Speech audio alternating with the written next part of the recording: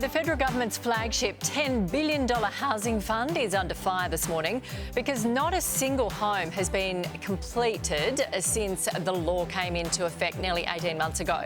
So far, funding has only been agreed on for 800 homes across Australia, despite the Prime Minister pledging back in 2021 that 30,000 homes would be built over 5 years. The government does say more than 13,000 houses are in the pipeline, but the funding for the vast majority is yet to be signed on the dotted line. For their take, let's bring in Sunshine Coast Mayor Rosanna Natoli and Perth Lord Mayor Basil Zempilas. Good morning to both of you. Morning. Rosanna, why does it seem like nobody can come up with any kind of working solution to our housing crisis? Yeah, well, we definitely know that we need to cut through bureaucracy. We need policies that deliver housing, not headlines. We need things like unlocking red tape. So get rid of the red tape.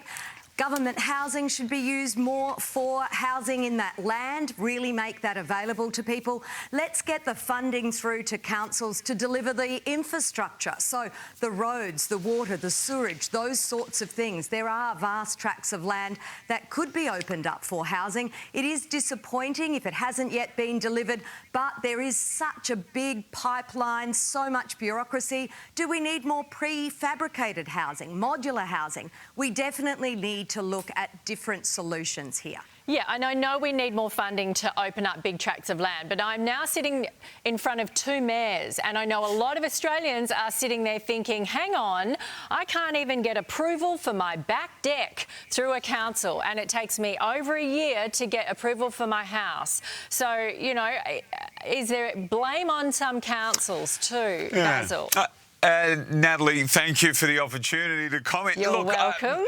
There is a huge frustration, no doubt. This topic, right around Australia, there are multiple reasons for why we're so far behind. One of them has been the construction workers shortage. Others have been the funding becoming available. And clearly, we had the COVID disruption. But the bottom line is, this policy has not delivered a single house yet. And it was 18 months ago that it came into law. So this specific initiative by the federal government right now is a failure. Yes, there are houses in the pipeline, but it has not brought them on quickly enough. Now, the Coalition's plan is a different plan. It's to invest in infrastructure, to allow the private developers to get on and do it. And yes, councils always have a role to play. Faster approvals, and getting things through is super important. And yes, we all have a role to play, no doubt. It can take 18 months to build a house. So this has been in for 18 months. So I'm just thinking,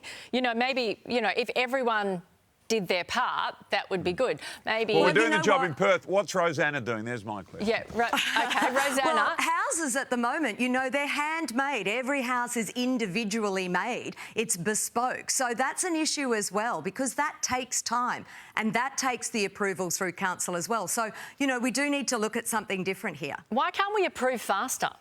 Why can't the councils approve faster? I mean, anyone who's tried to get a house through council, it's a minefield. The list of stuff is just up the yin-yang. I don't get why it takes so long. Either of you? Well, we're also meeting the building regulations that are set by state and federal governments. And if we're the last line of defence to make sure that a house is safe, then that's also, you know, part of the problem. So it is really a big, big issue, and it's not an easy fix. OK, let's move on to something that does affect a lot of Australian families. New e-safety data shows that 80% of kids aged 8 to 12 are already easily bypassing existing age restrictions on social media for kids under 13. It comes as world-first Australian laws banning kids aged under 16 are set to be enforced later this year. Let's go to you, Basil. Are your kids in this age group?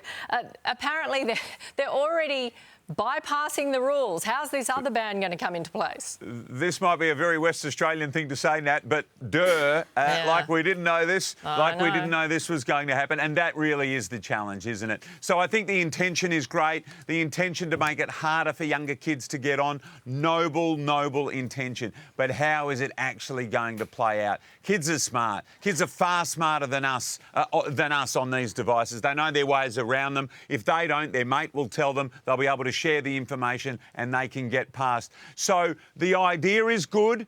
The intention is great, but the actual mechanics of putting these blocks in place, that was always going to be the challenge, and that's where we're at now. Yeah, Rosanna, I don't know how many politicians I've sat here and asked, how is this going to work?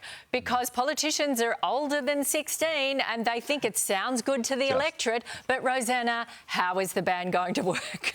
Well, the thing is that we know kids will be kids, right? And so this at least allows parents to say no. It allows kids who want to say no.